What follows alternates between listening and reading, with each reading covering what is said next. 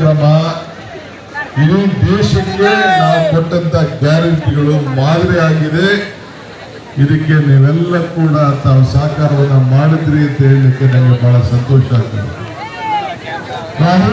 ನಿಮ್ಮೆಲ್ಲರ ಪರವಾಗಿ ಒಂದು ಸಾಷ್ಟಾಂಗ ನಮಸ್ಕಾರ ಮಾಡಬೇಕು ಅಂತ ಹೇಳಿ ನಾನು ಅಲ್ಲಿಗೆ ತೆರಳ್ತಾ ಇದ್ದೇನೆ. ಸೊ ತಾವೆಲ್ಲ ಬಂದು ನನ್ನ ಸ್ವಾಗತ ಮಾಡಿದ್ದೀರಿ, ಅಭಿನಂದನೆ ತೋರಿಸಿದಿರಿ, ಒಗ್ಗಟ್ಟಿನ ಪ್ರದರ್ಶನವನ್ನ ಮಾಡಿದಿರಿ. ಇದೇ ಒಗ್ಗಟ್ಟು ನಾವೆಲ್ಲ ಸೇರಿ ಮುಂದುವರಿಸಿಕೊಂಡು ಮತ್ತೆ ಈ ರಾಜ್ಯಕ್ಕೆ ಒಂದು ಬಲಿಷ್ಠವಾದಂತಹ ಸರ್ಕಾರವನ್ನು ಕೊಟ್ಟು ಜನರ ಆಸೆ ಆಶೋತ್ತರಗಳನ್ನ ಇವತ್ತು ನೆರವೇರಿಸಲಿಕ್ಕೆ ತಾವೆಲ್ಲ ಅವಕಾಶವನ್ನ ಮಾಡಿಕೊಡ್ಬೇಕು. ನಾನು ನಿಮ್ಮೂರನು, ನಿಮ್ಮೂರಳಿಯ, ಇದನ್ನ ನೀವು ಮರೆಯಂಗಿಲ್ಲ, ನಾನು ಮರೆಯಂಗಿಲ್ಲ. ಸೊ ಕನಕಪುರ ಬೇರೆ ಅಲ್ಲ, ಮೈಸೂರು ಬೇರೆ ಅಲ್ಲ.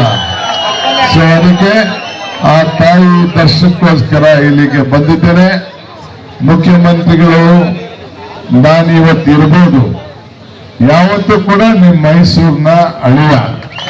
ಸೊ ಇದನ್ನ ನಾವು ಮರೆಯಂಗೆ ಇಲ್ಲ. ತಾಯಿ ದರ್ಶನವನ್ನ ಮಾಡಿ ಪ್ರಧಾನಮಂತ್ರಿ ಜೊತೆ ರಾಮಕೃಷ್ಣ ಆಶ್ರಮದಲ್ಲಿ ಕಾರ್ಯಕ್ರಮ ಇದೆ.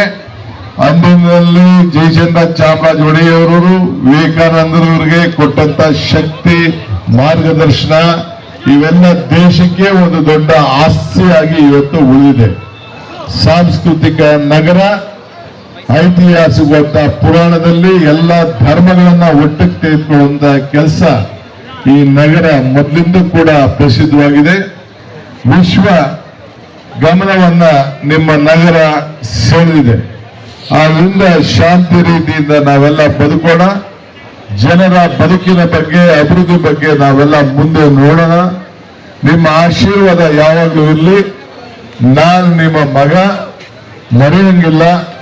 ಏನೇ ಭಿನ್ನಾಭಿಪ್ರಾಯಗಳು ಯಾರಲ್ಲಿ ಇದ್ರು ಕೂಡ, ನನ್ನಲ್ಲಿ ಆಗ್ಲಿ, ನಮ್ಮ ಪಕ್ಷದ ಕೆಲವು ಮುಖಂಡಗಳು ಯಾರೇ ಆಗ್ಲಿ ಅನೇಕ ತಪ್ಪುಗಳನ್ನು ಮಾಡಿದ್ರು ಕೂಡ ತಾವೆಲ್ಲ ಕ್ಷಮಿಸಬೇಕು.